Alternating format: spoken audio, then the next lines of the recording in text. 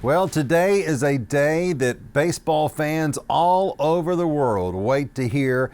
This is the day that pitchers and catchers report to spring training, at least for the Atlanta Braves. Teams are getting going in Arizona and in Florida. The games will start next weekend, and full squad workouts will begin next week. So we are ready for baseball now that the Super Bowl is over.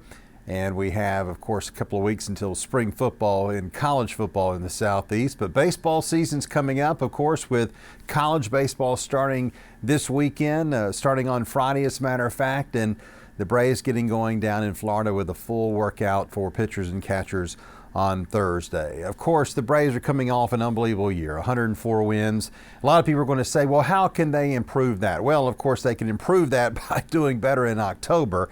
But we've got a long time until October. It's a long way to October, as someone once said.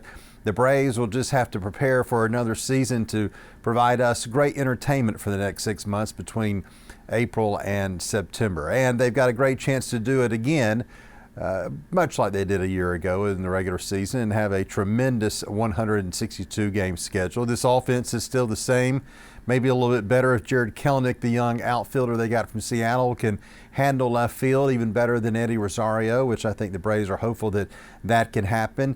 Kelenic was a top prospect for the Mets, then for the Mariners, and never has really lived up to his billing yet, but he's still a very young player. Then, of course, you have the pitching staff, and everybody can't wait to see Chris Sale, to see exactly what he can do, and if he can return to all-star form like he had for both Chicago and Boston in the American League. The fifth starters competition is the one thing I'm going to be looking forward to seeing the most in the next 6 weeks. They have a great lineup of candidates for that job, starting with Bryce Elder, who was a all-star last year and really kind of had to be the third starter behind Spencer Strider and Charlie Morton after the injuries to Max Fried and Kyle Wright. Bryce Elder will be the favorite perhaps going in, but then you have Reynaldo Lopez, the young man they signed, who's been mainly a reliever as of late. Started his career as a starting pitcher, but has been mainly a reliever. Then you've got A.J. Smith-Shawver, Hurston Waldrop, two of their top pitching prospects. Darius Vines, a young pitcher, Dylan Dodd back for another try.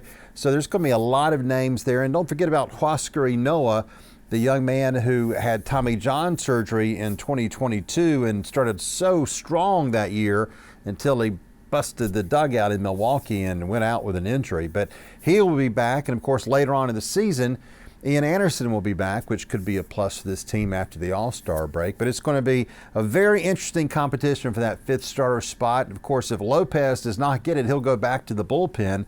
And that bullpen looks like it's going to be the best the Braves have ever had, with the addition of Aaron Bummer, the return of Tyler Matzik, and also the re-signing of both Joe Jimenez and Pierce Johnson. So get ready for some great spring training commentary. It's coming as we get ready for opening day, which will be here before we know it.